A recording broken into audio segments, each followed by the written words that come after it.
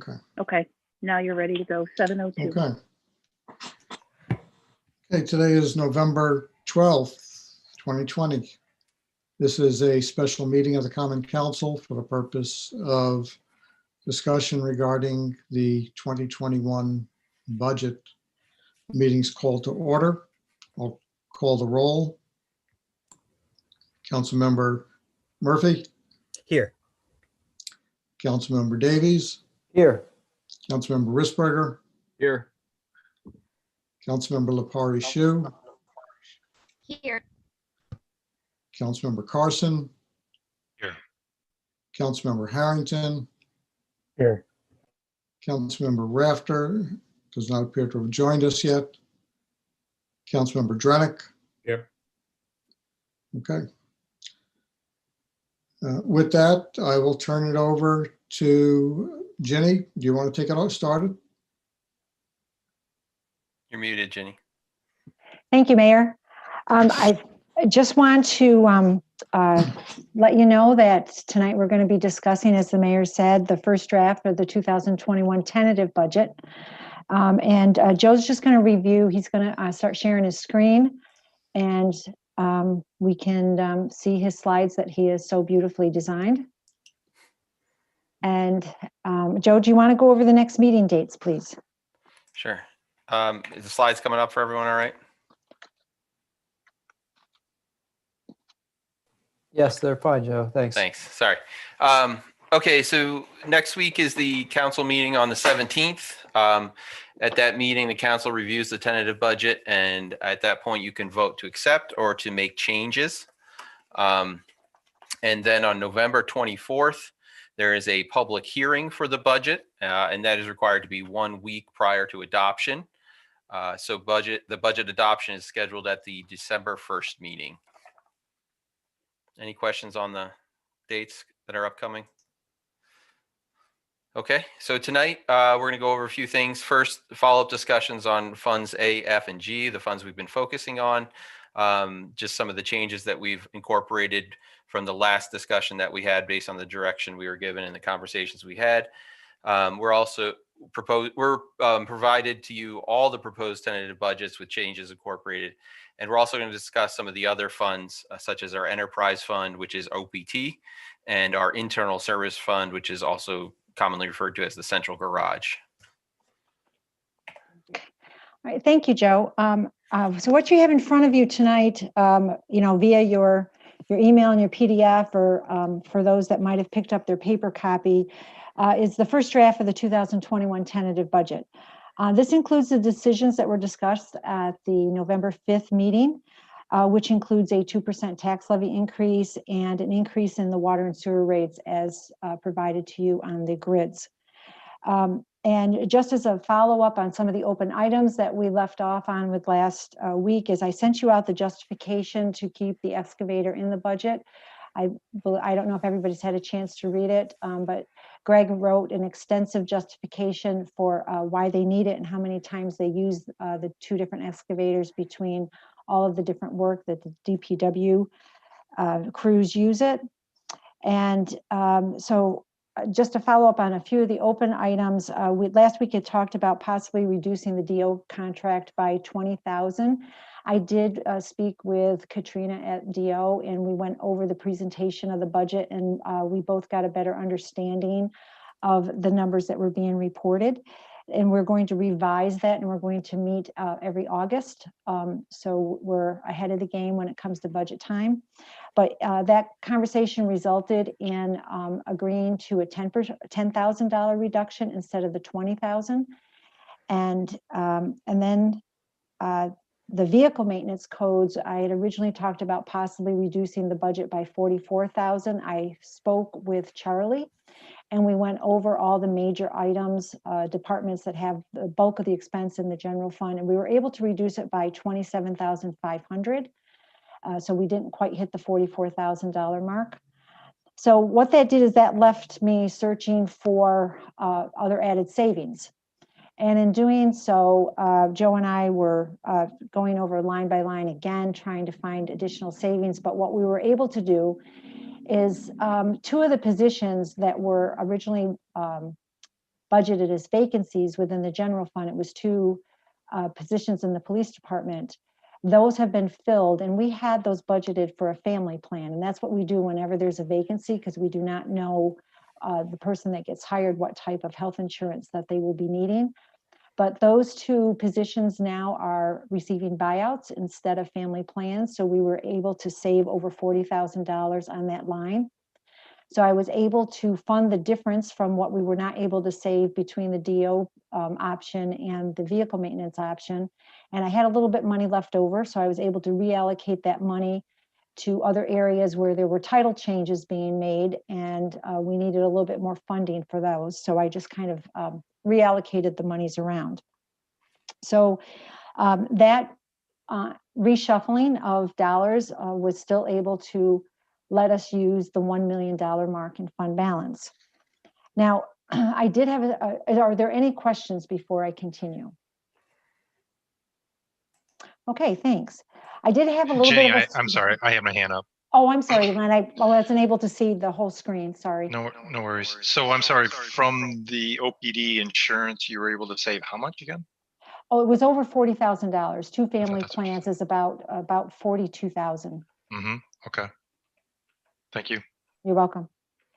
I got a little bit of a surprise today, and I'm going to try to explain it as simply as I can. The before the tentative budget is presented to the Common Council, we make it a habit to call the county to make sure that our total assessed value, our taxable assessed value figure that they're going to use to produce our 2021 tax bills is at the same value that was given to us on September 25th. And to my surprise, they had made a very large adjustment due to a pilot agreement with Corning. And as you all know, Corning has made a huge investment in expanding their development on their site. And that expansion was tied to a pilot agreement. However, the change in how their assessment is being treated was not implemented into the tax roll until sometime in October. I was not notified of it, so I apologize for not having that information to you before. But what this does is it reclassifies the Corning taxable values from taxable to exempt. But it does not reduce any of the tax revenues that we're going to be getting from Corning, because now that it's going to be paid via a pilot agreement instead of the normal tax bill. But what this does do, it increases the pilot budget by about $26,450. And it also reduces our tax cap calculation. So our tax cap went from 202,000 down to 175,000. So we are still well within our tax cap by doing the 2% tax levy increase. So by having the additional pilot revenue, I was able to increase our general fund contingency. So you're going to see that the pilot revenue was increased by 26,450, but also the contingency expenditure within the general fund is now at 126,450 instead of the 100,000. So are there any questions regarding this situation? All right, thank you. And I apologize, I can't see everybody's picture on my screen because we're screen sharing. So please speak up if I don't see a hand raised. Okay. Scott, what was the contingency again? How much? $126,450. Okay. How long is the pilot for? Do we know? The pilot goes through, I think it's 2034. Okay, thank you. You're welcome. So if there aren't any further questions, Joe's just going to go over the next few slides for you. Jenny, just to clarify on that pilot in response to Scott's question. Yes. It doesn't stay at the same amount until 2034. It increases every year. And by 2034, it'll be at the full assessed value of the property with the improvements. Yes, yes, Mayor. It does increase. It there's just one slight modification I'd like to make to that statement. It stays at the same percentage for a certain number of years, maybe 4, and then it increases to the next level for another 4 to 5, then it increases the next level. So it goes 25, 50, 75 until it gets up to 100. Okay, Joe. Okay, thank you. So this is just a quick summary showing the budget being balanced with the revenues. Jenny just discussed those. We previously discussed at the meetings, this does include the 2% tax levy, and any of the changes that Jenny mentioned relating to the pilot are incorporated here as well. It shows the $1 million use of fund balance, the use of reserves to get to our total revenues. And I think everyone was provided with detail for all this. The schedules that you're provided are really we labeled them as tentative, but they're really the same schedules that are going to be included in the final budget. So it should be helpful to reference either to the prior year or when we provide you with the final budgets for this year. Sorry, so the major revenue areas in the general fund are shown here. Again, we provided some of this information before. I'm not going to go through any of these in detail unless anyone has any questions, but it just breaks out some of the totals that were shown on the prior page. Any specific questions on any of these items? Okay. On the expenditure side, again, these categories is what we presented before, so we've tried to keep it consistent here. But if you look in your packet that was provided tonight, you have much more detail on the account code level for what makes up these amounts.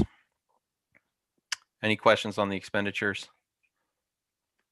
And again, these reflect the changes that were discussed at the last meeting that were incorporated into these numbers. Okay, thank you, Joe. Yep. Before we move on to the water fund, I would like, I'm not sure if you have in front of you the PDF that was emailed to you today for the tentative budget. If you do have that in front of you, I would like to take you to page 11.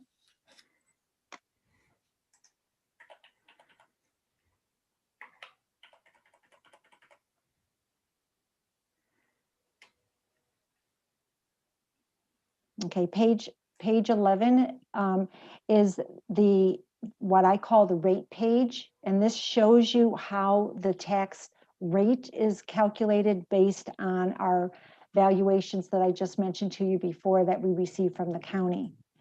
You will see that the change from 2020, the tax levy is going to be going up the 95,162, which is the 2% tax increase. And the tax rate will be going up 2.03%, or basically 20 cents per thousand. So if your property is assessed at $100,000, your property tax bill will go up $19.72. If you're assessed at $150,000, it will go up $29.58. Also included is the library budget. As you know, the council is not able to vote on the budget, but you are the only authority that has the power to levy the tax. So there will be a motion presented to you in December to levy the $484,560. You will see there that their tax increase went up $7,818, or 1.64%, or in just over a penny per thousand. So again, $100,000 assessment, the bill will go up $1.67, and $50,000 assessment will go up $2.57. Do you have any questions on this page? Okay, another page that I'd like to take you to is page 18.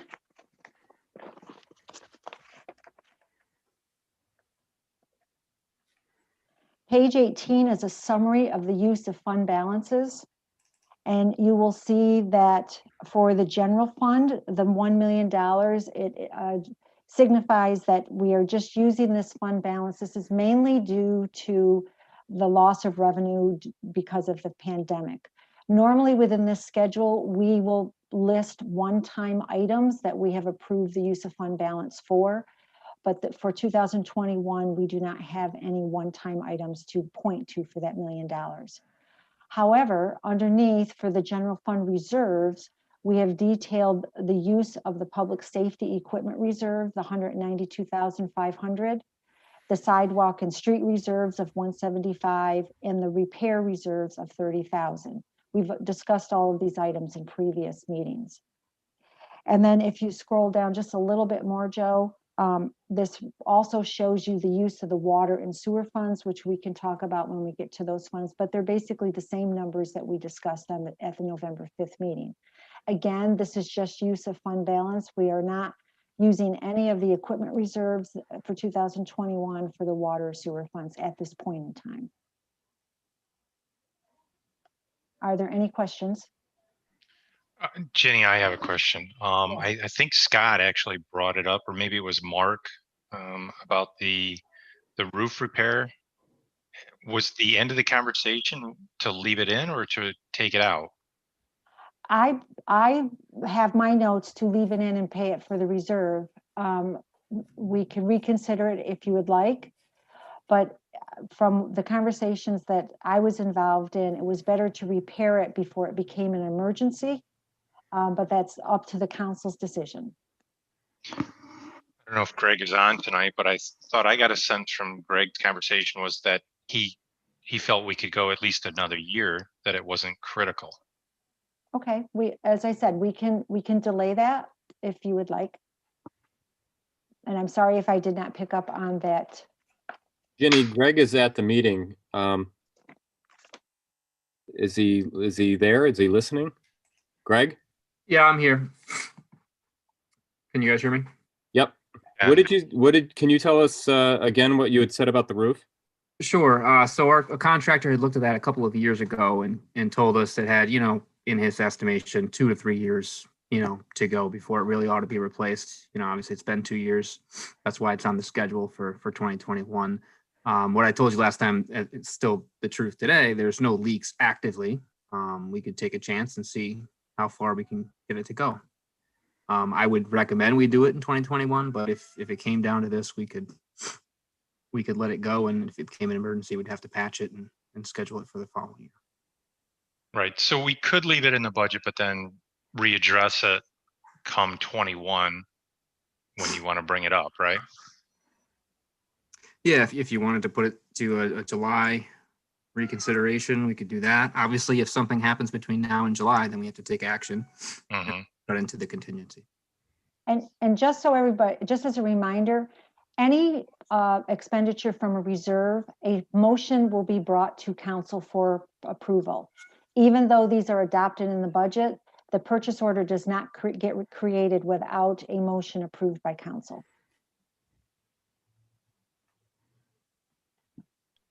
I don't know how everybody else feels. I'd prefer to leave it in for now. I know that roof is something we've talked about for quite a while. Dave, you guys have talked about this for the last couple of years. Yeah, it's been in the conversation for quite a while. And I'm just thinking about the potential for more damage inside the building if something happens over the winter with this, because it's an old roof. How old is the roof, Greg? I can't tell you off the top of my head. I don't recall. Wasn't Okay. of course, but I'm just basing the position in the capital plan based on the assessment by a contractor. Right. For me, for now, I think we could leave it in, but readdress it when we get into 21. Well, like Jenny said, it's going to have to come across our desks anyway. So, I mean, if it turns out things are still bad in a few months, we could also remove it then and postpone it if we really feel we need to. Right. That's what I'm getting at, is that it'll come before the finance and we can just talk about it then. So.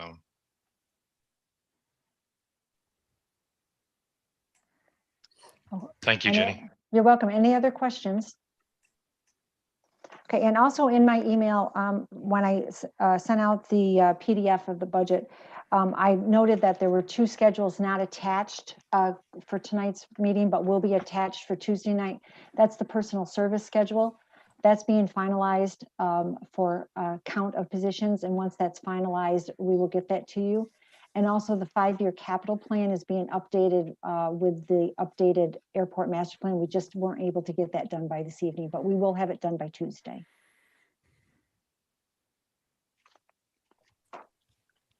Any other questions? All right, thank you. Joe? So on the water fund, again, the revenues here that we're including are based on the rate increases that we discussed at the last meeting. So for water, this would be a $10 minimum and a 10% table increase. And for the sewer fund, which we'll get to, it'll be the $10 minimum, 5% table increase. Also, this does, both the water and sewer funds do reflect the projected impacts of the ongoing pandemic based on the information that we have available and that has been previously discussed. So this just again highlights the kind of at a high level the total revenues, fund balance, and expenditures being used. This slide here includes a little more detail, and I think you have a little further detail still in your packet, but this kind of breaks out some of the major categories for the water fund revenues. And on the expenditure side, again, similar categories as before. These are the expenditure side. Again, we've kind of discussed these. There hasn't been any, real changes in these other than incorporating the rate increases that we discussed. So I don't know if there's any questions on the water fund in particular. Okay, I'll go to the sewer fund. So same, we just want to provide similar information on the sewer fund. As I said, again, this includes the $10 minimum increase and the 5% table increase. This is the revenues, fund balance used, and expenditures. And some more detail for the revenue sources that are included. Again, this also reflects the impact that's being projected from the pandemic. And on the expenditure side as well, same categories as before. So I don't mean to speed through those, but we have discussed them. And, in some ways we discuss water and sewer funds together. So again, I open it up to any questions that you might have on the water or sewer funds. Is anything further? Joe, what is the miner's sale? Is that the use of the dumping station over there behind the Home Depot? Joe, do you want Minor to? on it's $50,000 miner sales. That is when. Oh, go ahead, Joe. No, you can. It's okay. That is when the companies that pump septic tanks and things like that come to the wastewater treatment plant to dump their trucks, and then Okay. we treat the waste. Okay. It's called Thank you. dumping fees. You're welcome. Okay. Any other questions? Okay, I'll turn it back over to Ginny.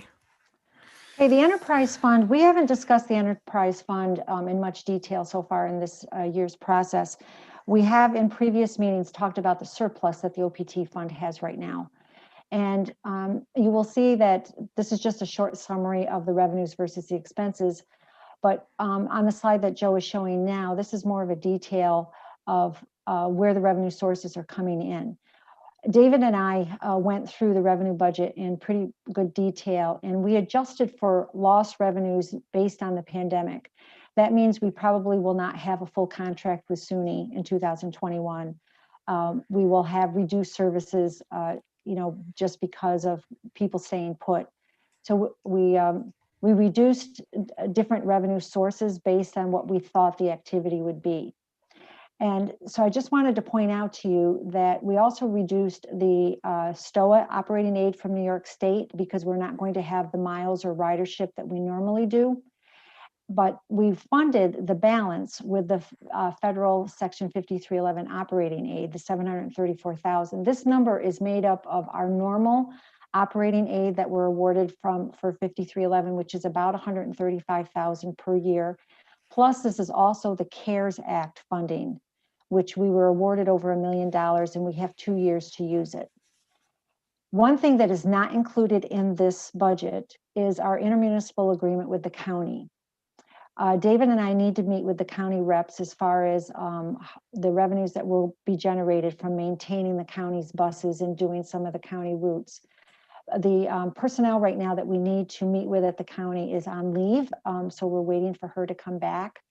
And once we get that information finalized, we'll be coming back to the council, not only to approve the agreement with the county, but also to possibly modify this budget, because we will have increase in expenditures of maintaining their buses, but also increase in revenues for also maintaining their budgets. So that will be something that we'll be discussing in the future.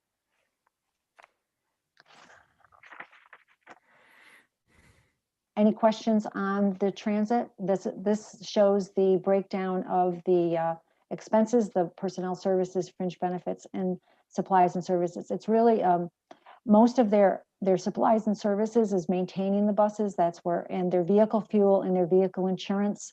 That's the biggest chunk of their supplies. But again, in the detail that was sent to you in the full packet, it's line by line there. Any questions? Okay, thank you. The next is the internal service fund, which is the central garage. And for those of you that are not as familiar with the terms, internal service fund really means that it's a fund that is supported by all the other funds within the city. So central garage does not generate taxes, nor does it generate user fees. But what it does do is it generates a labor rate being charged out to the other departments for servicing their vehicles. So what we do is we take the amount it costs to run the central garage, we come up with a labor rate. That labor rate is then applied to all the work orders for every vehicle that central garage works on, and those expenses get charged out to the departments accordingly.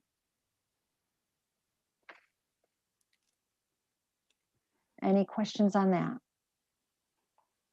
Okay, one thing that I always try to stress to people, if central garage does one work order, or if central garage does 1,000 work orders, this is what we need to support.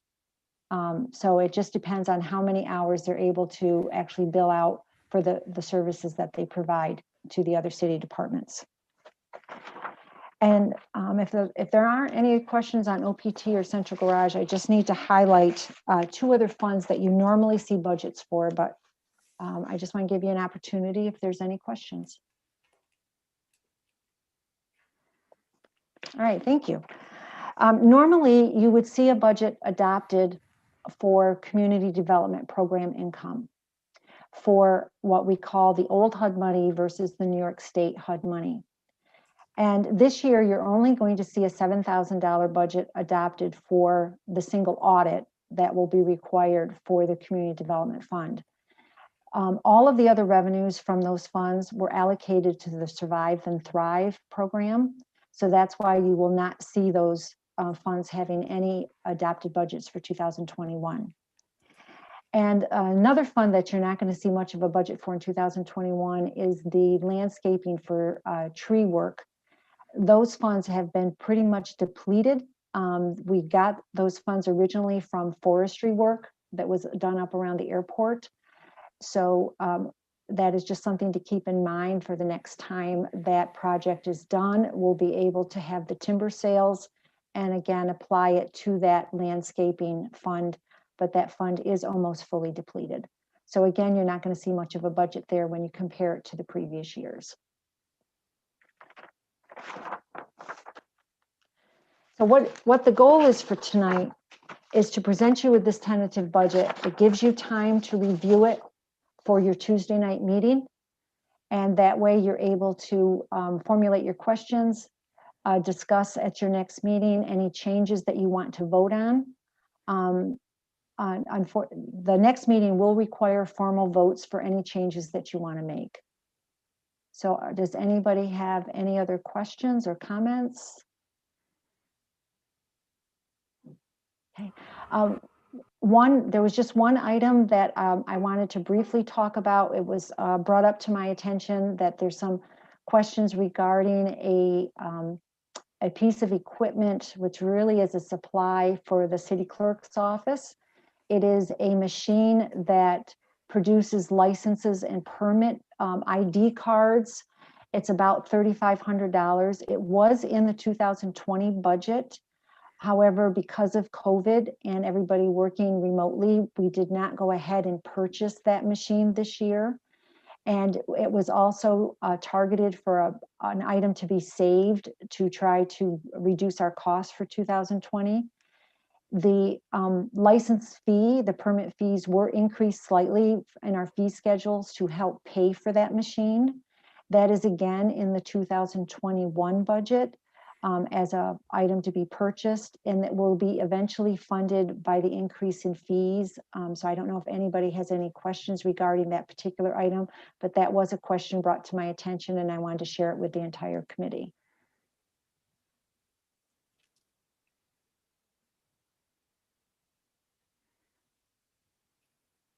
Okay, Mayor, I'm hearing silence from everyone. So, Mark? Yeah, I'm sorry. I'd like to return just to the point that you made before that with regards to the tree budget. So just understand that we've funded that budget in the past through the timber sales up near the our property north of the city line. Is that correct? Correct. Mm-hmm. Has there ever been a time where we funded that through the general fund or another fund? Oh, yes. We have funded it through the general fund, and there is money in this year's fund for stump removal and things like that. Also, Judy has, I believe, received at least 2 grants for tree work. And I think there is another one that she's planning to reapply for when the tree work for the Main Street, Market Street area is ready to, have the tree planting done. So yes, we do get funds for tree work in other ways. So thank you. And tree work, but also is there any funds for additional trees that we might be able to purchase and put in? I don't want to speak that from memory, Mark. Let me find out and I can email everyone with that answer.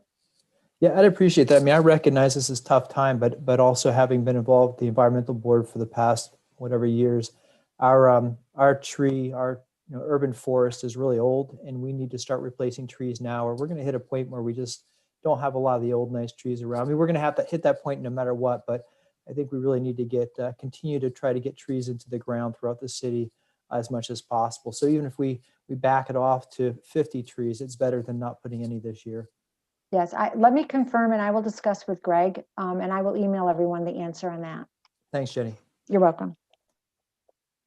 Jenny, I've got a question that ties into that. I agree wholeheartedly with what Mark said. I've lived in communities where they didn't have many trees left. They didn't replace them. Didn't have the programs that Oneonta's had for replacing our trees. I just want to make sure we keep in mind, I think there was 1 year we bought saplings, which is turned out to be a really not good idea. A lot of them didn't make it. So I think we should definitely consider the size of the trees that we want to plant. And of course, that'll determine how many trees we can actually plant as well because of the cost, because they're significantly more expensive the bigger they get. So Okay. That's all. Okay, I stole a minute here to look it up. We've got 16,000 in the budget for tree planting. And we have $20,000 in the budget for tree and stump removal.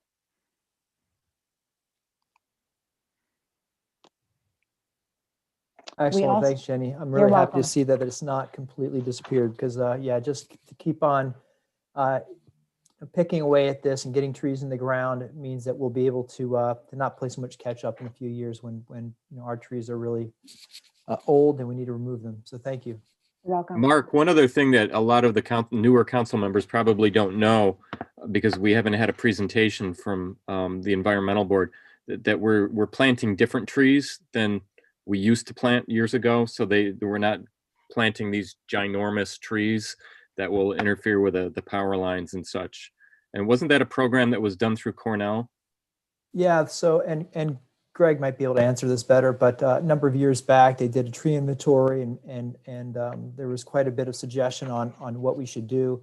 The environmental board has taken upon themselves to really try to begin planning on sites for trees and where we'd put them in certain type of trees. So there's been a lot more use of locusts in particular areas because they're a bushier tree and don't get as tall.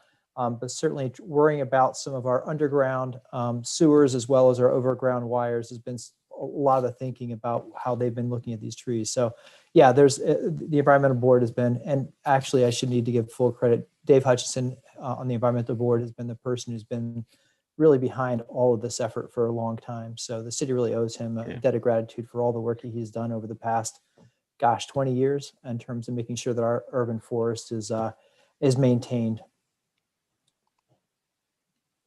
Jenny, I have a question. It's probably going to go to Greg. Okay. Greg, are we outsourcing the tree and stump removal? I think Jenny just said it was 20,000 plus. Yeah, some of that's outsourced, some of that we do in-house. We do have a bucket truck and some employees who are trained. However, some trees, depending on their location or their size, difficulty in removing, we need to contract that out. So we typically issue a bid around this time, well, around fall of each year to have contractor come in and remove those trees. That's what drives that cost up. Okay. Okay, one other thing that I just wanted to touch on is on November 6th, the day after we had our November 5th meeting, I sent out everybody a sample of the percentage change between the tax bill, the water bill, and the sewer bill. And I was just wondering if anybody had any questions. In this representation, I was trying to make it clear. I think there were some residents or that had concern over thinking that there was going to be a 17% increase on their household bills. And this chart represents that it really ranges from 1.97% to really a high user in gallons of water up to maybe 4.85% between the different adjustments. And I just wanted to know if anybody had any questions on that chart that was provided. If you do, just holler. I just think it's a nice example to share with your constituents when they're asking questions as far as, how much dollars are their annual bills going to go up. I think it's a very simple representation. And but if you need anything else, please let me know.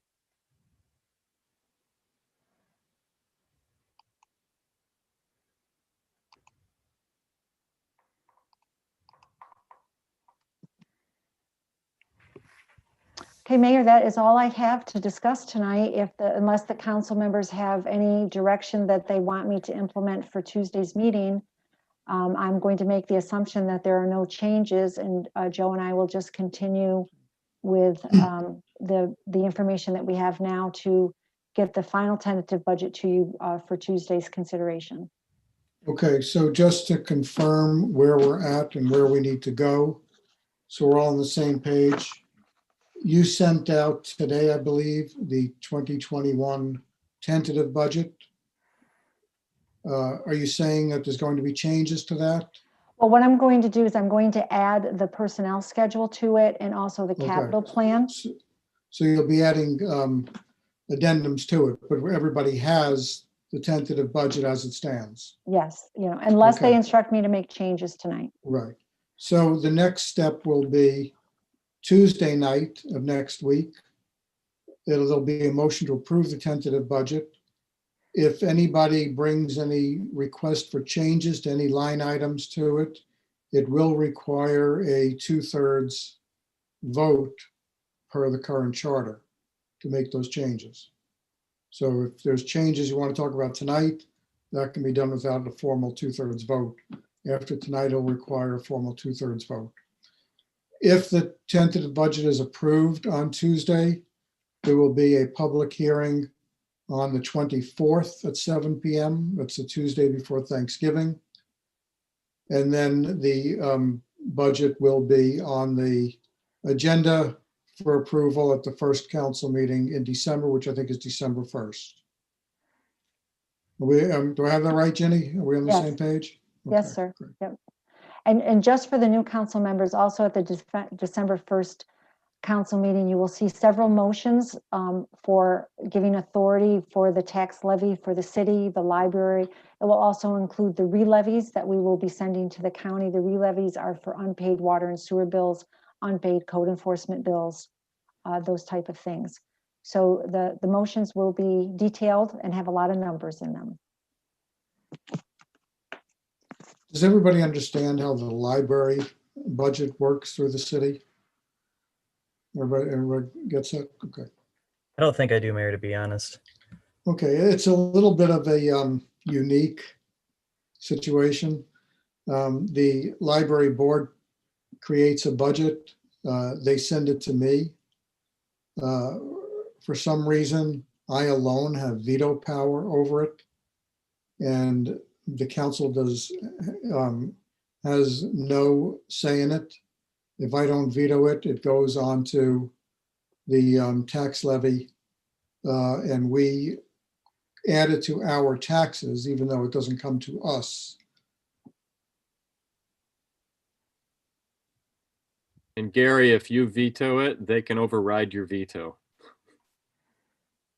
I imagine they could. I mean, one year I did send it back to them because they went over the tax cap, and I told them I won't accept this, and they just voluntarily scaled it back. Yeah, they've got the ability to override it, but I don't know that they ever have. Yeah. We have a very good relationship with the library. So we don't have any issues. They work very closely with us, and we don't get into really any conflict. Mark? I'm just curious, is this New York state law that governs that, or is that a kind of a city? No, thing? we may be the only library in New York State that has this arrangement. It's very unusual. We are the only library with this relationship in New York State. There used to be 2, and it's down to 1. I think the other community went to court to get it changed. Mark, just so you know, the city owns the building and the land. And also the Common Council is the only authority that has a levy power. That's why the library board does not have levy power. You know, there's talk of someday it becoming a district library where it would correlate with the school district. And then they could tax directly to all of the residents of that district, and it would be separated from the city. That would require a public referendum of not just city folks, all the people who live in the district. So it would be a long, complicated process to make it happen. But there has been talk of it. Well, I've got to say, we are fortunate to have such an outstanding library. It really, they do a lot of great things. Katie and I had the opportunity pre-COVID to go there and visit and see some of their programs, and I was thoroughly impressed. Yeah, and Tina's been great. She's a great librarian. She's done a great job. She's been very innovative and bringing new ways of doing things there, new programs. And she's taken on a redesign of the park, which, you know, for many, many years, decades even, the philosophy was keep people out of the park, you know, keep it as a beautiful park, but don't let people mess it up. And she's taken the approach of let's put reasons to put people in the park, give them things to do in there. So I think that's great.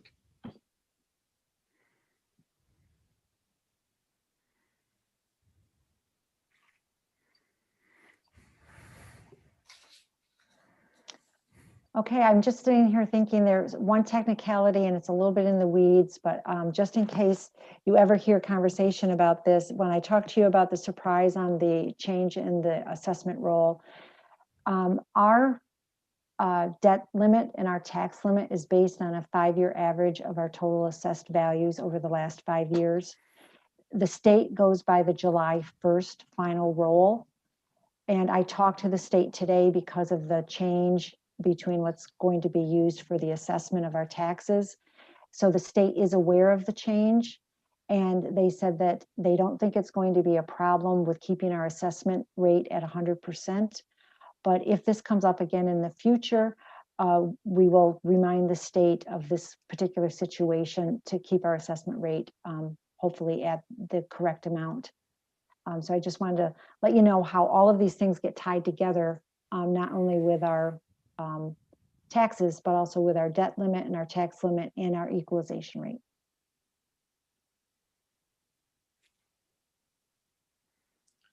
Thank you, Jenny and Joe, for the presentation tonight. Appreciate it. Yeah, I know Ginny and Joe have been burning the midnight oil for many, many weeks now. And a lot of work that goes into this. You've both done a remarkable job. So thank you both for this. Thank you, everyone. And Thank you very much. And thank the department heads because they've also done a great job. So thank you. And Ginny, when this is passed, you can take at least a half a day off. Oh, thank you, Mayor. Does that mean I'll only work 8 hours? I was